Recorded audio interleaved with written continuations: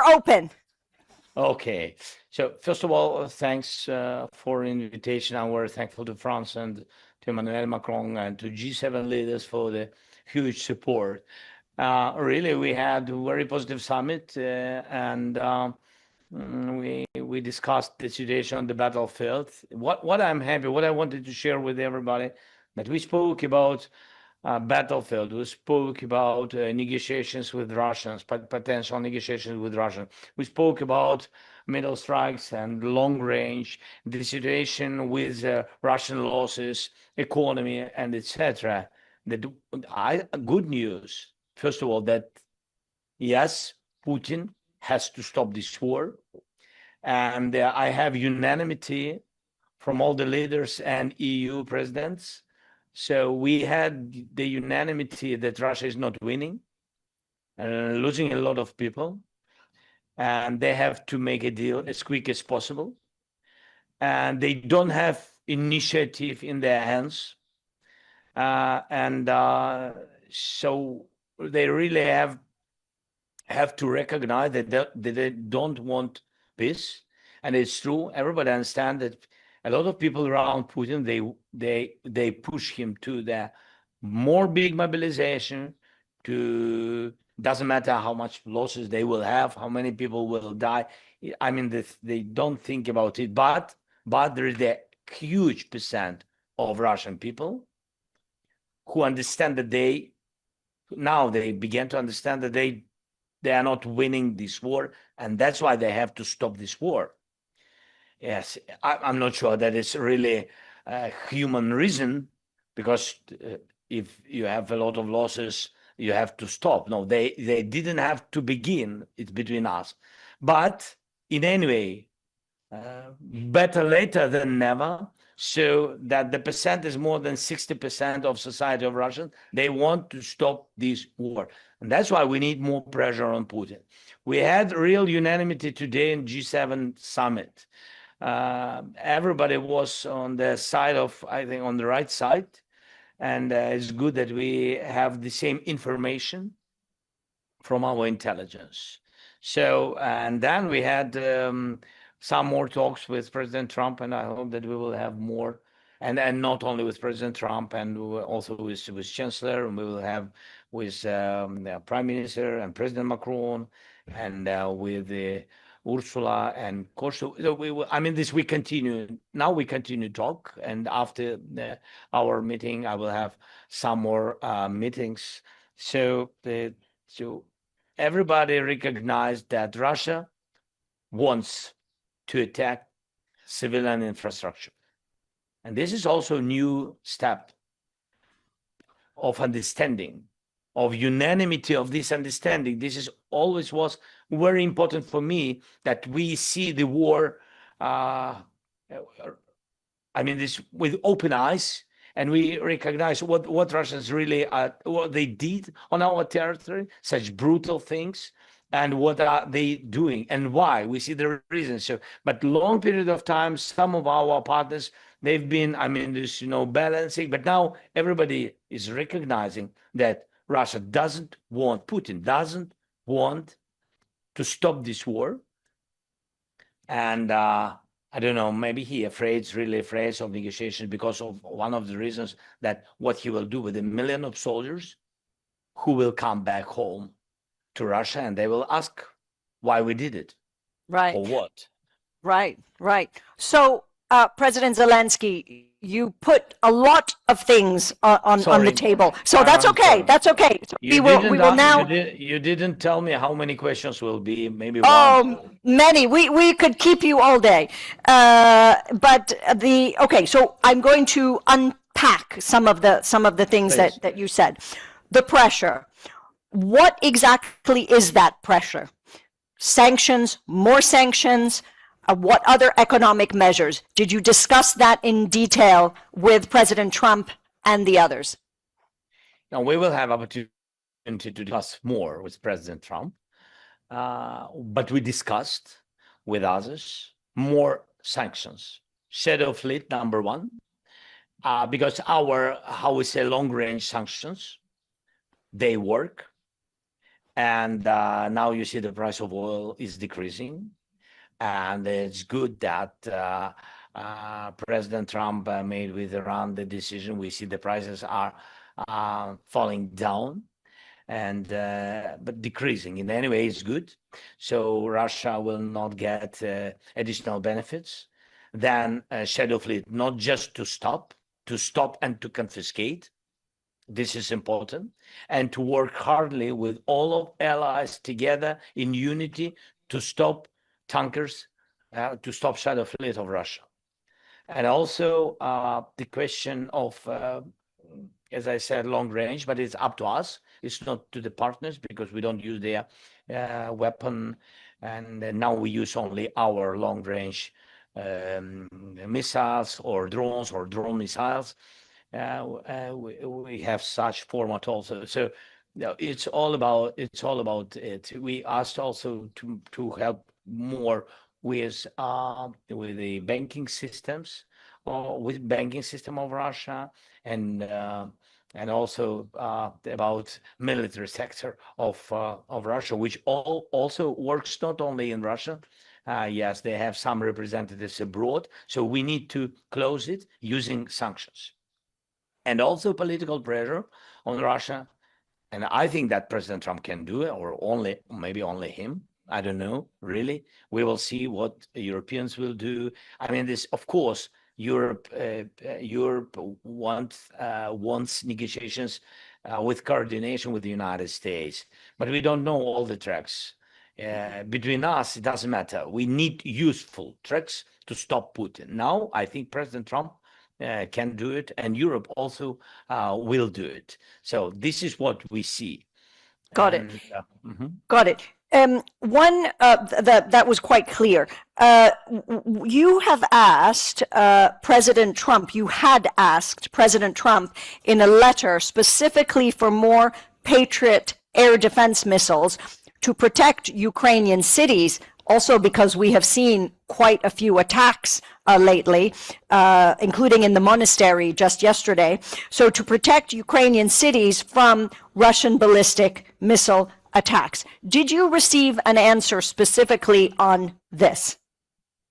So first of all, he was very positive that they can help us more with missiles. And this is a big challenge, really, because the production is not so big as our needs. The production is in the United States. I raised the topic of licenses. I addressed it to President Trump. We need licenses to produce missiles. We have capabilities, different. It's difficult to produce Patriot systems and missiles.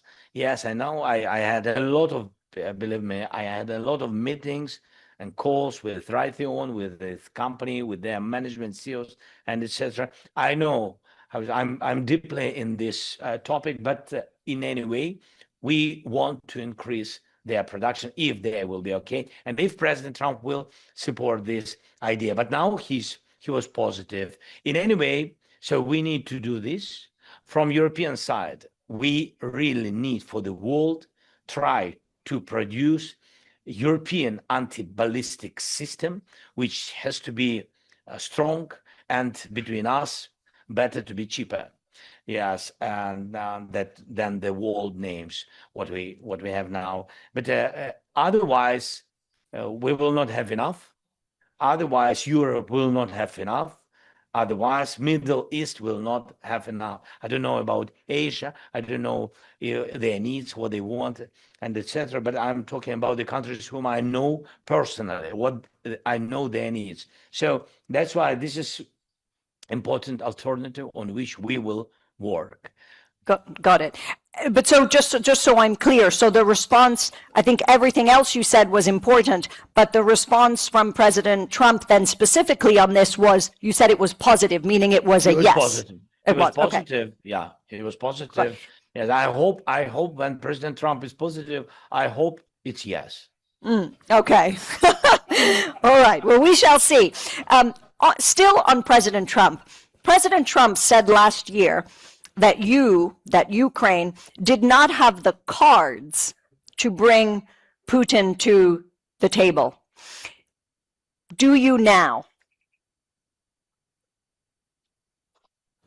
That your situation basically from last year has dramatically changed. Last year, Trump said, well, President Zelensky does not have the right cards to bring Putin, to force Putin. But now is the sense that you do, that the situation has changed. Would you agree? I think that really the situation is changing. And on the battlefield, as I said, Russia lost initiative on some directions. They attacked us. They made offensive steps on 12 directions. We saw this. And they lost initiative almost in all these directions. Only in 2 or 3, they still have a lot of, huge amount of soldiers, a huge amount of everything, but they were very slow there. And on other direction, they really lost initiative, and we've got it. And also on some 2, 3 directions, we are more successful now. These months, for example, we deoccupied 100 kilometers on one direction. So, we will not stop, and they will not stop. Better to stop this war. This not stop on the battlefield. So, that's why in this case we are better than on middle strikes, as I said, and long range we are better. We will produce about 10 million drones during this year, but we can double. And this is also, I think, good news from our perspective, and it's good news, first of all, from our industry, from military direction. So this is also good. Good sanctions began to work, not enough sanctions. And good that 90 billion, we've got 90 billion decision, and it's very helpful. It's great European support. Got it. So you've laid it out. Now let's talk about timing. You have said that you wanted to reach a peace deal or a ceasefire and peace deal with Putin before this winter. So did you discuss a possible timeline or maybe a date to start again, perhaps U.S.-mediated talks, perhaps with the U.S. envoys Steve Witkoff, Jared Kushner? Can you give us a sense of timing then? It's difficult, really difficult, that we proposed the last time we proposed, I had made a phone call to Emmanuel Macron, and when I was invited to G7, I made a phone call to him and said that, Emmanuel, what do you think about during G7 meeting, invite not only us, find a way, maybe in Switzerland, in neutral country, to find a way like we G7, basing on such, this presence of many leaders, we can use this opportunity and try to organize meeting with Russians. And he was very happy with this idea, and but Russians didn't react. They didn't support. Also, American side knew this proposition, and I'm not sure that they also have got positive signals. So now we are here, and we had really strong meeting. Putin didn't use this opportunity to meet during G7. And I think we spoke with President Trump. I think that yes, I know that he made a lot of propositions again through different leaders. Putin, to come to Moscow, but this is such games. We don't play such games. So we need some third country. It's not Russia, it's not Ukraine. It's understandable why. So it can be Switzerland, it can be Turkey, it can be Middle East countries, it can be, I don't know, I'm not the president of the United States. It's up to president to do it, to organize or not, to invite us, both of us or not. But I think USA also can be. At least they had meeting already in the United States, in Alaska. But President Trump specifically, before the winter, Before the winter. Sorry. Right. I think this is very important thing. Try to organize meeting before the winter. Got it. It was terrible winter for us, and but you have to understand that we don't want to go through the same winter. Of course. And Russia has to know that we had terrible winter, and they will have also not simple. So Yeah. I think there is my proposition, dialogue. Yeah, understandable. So just one quick follow on this. You recently had a meeting with Abramovich in Kyiv. Could he be a possible intermediary to President Putin? I don't know. I don't know. I think Putin uses just people. It's not about intermediate or not. I think he just uses. He has his own decisions in his head. But I know that Abramovich, when he came, I think it was very concrete, specific dialogue with him. And I think he understood 100% of my position and our proposition. And he said that he will go and give feedback to the Kremlin. And so we will see. He can be. I mean, he can be. It's up to Putin, because each country has to decide who will represent on technical level or on the level of NSAs. Yeah, who will represent them. Right. Time will tell.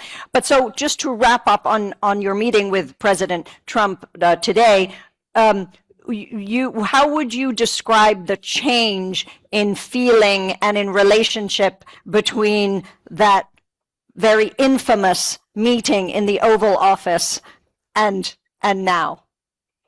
Give us a color. It's difficult for me to say. So everybody recognized that it's good that there is ceasefire in the Middle East. Yes, and this is good that people are not dying. And can we stop Putin? The question is, can we stop this war? And the question, who can stop? So if President Trump can do it, God bless.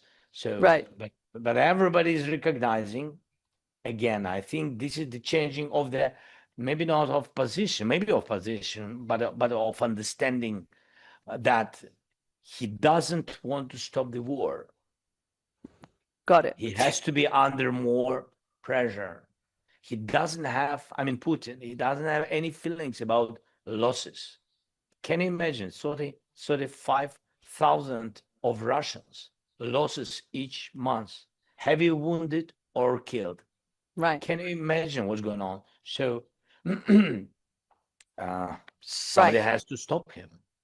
Right, very clear.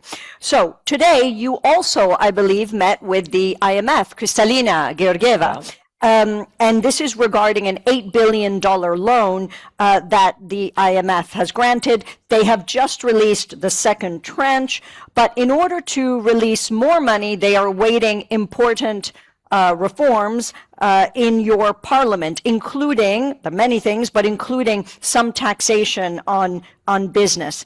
Your parliament seems to be going slower on this than expected. When will those be passed? So we spoke with Kristalina, and before her mission had meetings with our prime minister and with government team. They, I think that they've been focusing on different decisions and dates and etc. But I've got today from Kristalina that both sides are positive, that maybe both sides need some steps, and maybe Ukrainian parliament also needs. But I didn't get the information today that that there are some difficulties. So you have to understand that it's not easy for all of us. I mean, it's not easy to vote in parliament. It's not easy to make decisions with different financial institutions, but we are partners, and this is good. We had very positive meeting with Kristalina, and he understands. She's very she understands, and she's very supportive. Ukraine to help us with microfinancial support to understand that it's so important now. And I was very thankful for your condolences and warm words about Ukrainians. And after such massive attacks, especially 2 days ago on our Kiev-Pechersk Lavra, one of the biggest, maybe the biggest Christian centers in the world. So we are partners. We work with IMF, and I think that our government and our IMF team will make all the decisions what Ukrainians need. Got it. You also met with Chancellor Merz, I believe, and Chancellor Merz has suggested, with regards to possible accession to the European Union, something that you don't like very much, which is an associate membership rather than full membership. Were you able to convince him and other EU countries for full EU membership? And do you feel that the EU member countries understand what you say is the importance of a rapid progress towards EU membership?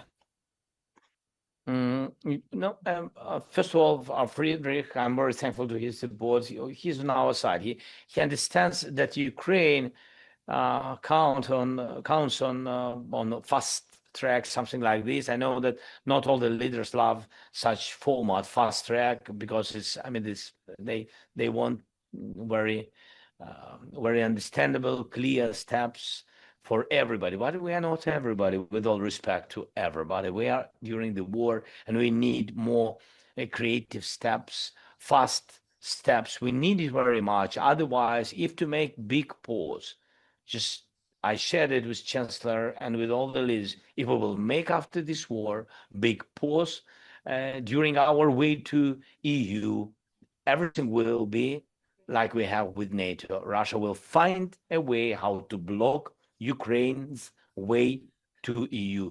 They don't want to see us successful. Russia doesn't need Ukraine be successful, and the more interesting for them not to make Ukraine European country, not to be part of European family. That's why we need fast track. That's why I want to. Of course, I want like a president. When we speak about EU, I'm speaking not like a president. I'm speaking like a citizen. So we want to be a part of Europe. Look, if you want us, if you see us, if you need us, our strong army, our strong people, if you see us, please look at us as at yourself. We want to be the same, not better, but not worse. So we want the same. We want clear membership. This is my reaction. Got it. One of the requirements of accession, as we have discussed, even you and I before, is tackling corruption. Recently, there was an arrest of your close aide, someone I myself had met with you as well. The arrest of Mr. Yermak. Was that a sign that Ukraine is ready to do what is needed on tackling corruption? Yeah, of course, and Ukraine is doing all European. It's not the proposition from EU. There is a list of reforms what each country, not only Ukraine, needs to do, and we do everything. That's why the clusters are opening. That's why yesterday the first cluster, fundamentals, by the way, fundamentals, where there is a legislation, the law, the court, the reforms, and anti-corruption reform, everything is there. So the first cluster was open. Any questions? I think no questions. Then we need 5 more clusters to be open, and we did with reforms and laws, maybe not everything, but mostly. We're trying our best as we can be fast during the war as possible. Got it. So we've talked about President Trump, so the US, the EU, the IMF. But let me ask you a question. Considering the deep economic dependence that Russia has on China, how can Beijing also put pressure on Russia? should Xi Jinping be your main interlocutor to end this war? I don't know. Everybody has to. I think everybody who wants this war to end and to end this war, we have to join everybody. And of course, China is a big country and very influential country. They have the biggest. I think that Russia has the biggest trade with China. Yes, yes. Yes. Depends on China to buy. Yes. Yes, of course. It depends on the economic. The economy depends on China decisions. It means that China has influence, and of course, we will be happy to if they will help. But we don't feel it. That we don't feel their mood. We don't feel that they are ready to pressure Putin. It's meant to do everything to end this war. So you would be open to having, yeah, you'd be open to having a conversation with Mr. Xi. Of course, I'm very open to meet with the Presidency, and our teams can work on it exactly to do everything what we can to stop the war. So in this room, you don't see it, but in this room we have many investors, chief executives, financiers. And so one of the things that we would want to know is, what are the sectors of your economy that offer the greatest opportunity for foreign investment, and what incentives are you offering? So thank you very much. First of all, we will have reconstruction anyway after ceasefire or after the war will end, when we will have security guarantees. Because security guarantees, first of all, we need for our people, for the societies, and of course for business, for investment. So, and reconstruction is very important. We have to renovate energy sector. So energy is very important.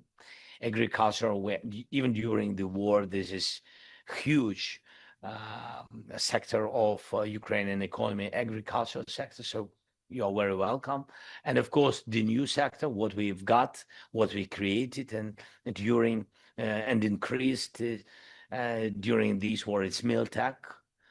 Militech, it doesn't mean that it's only drones which attack and weapon for offensive. No, it's about the mining, it's about agricultural sector, and a lot of different things.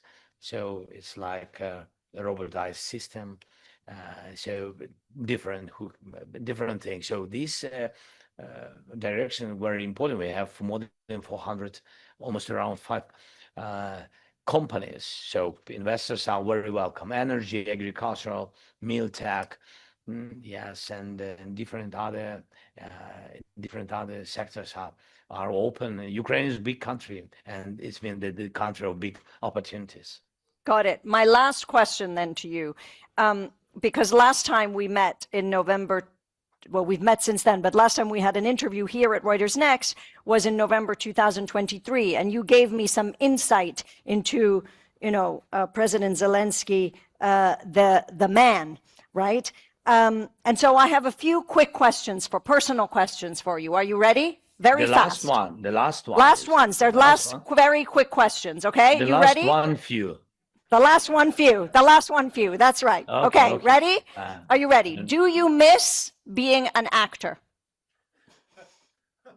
I miss being a good father. Okay.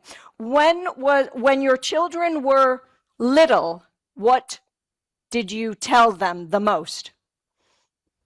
What was the thing that you told them the most when they were small? I love you. And what do you tell them now that they're older? Oh, I miss you. Oh. When was the last time you cried?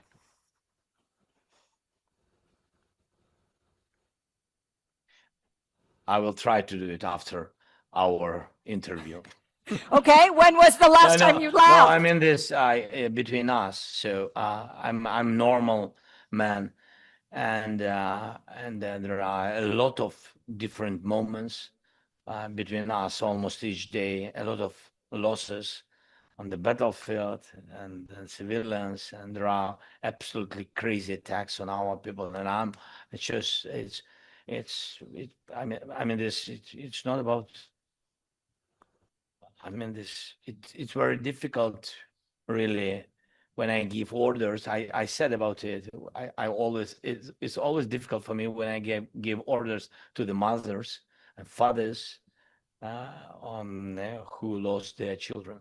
Of course. In such moments, really, I often cry. Mm. Are you a hero? No.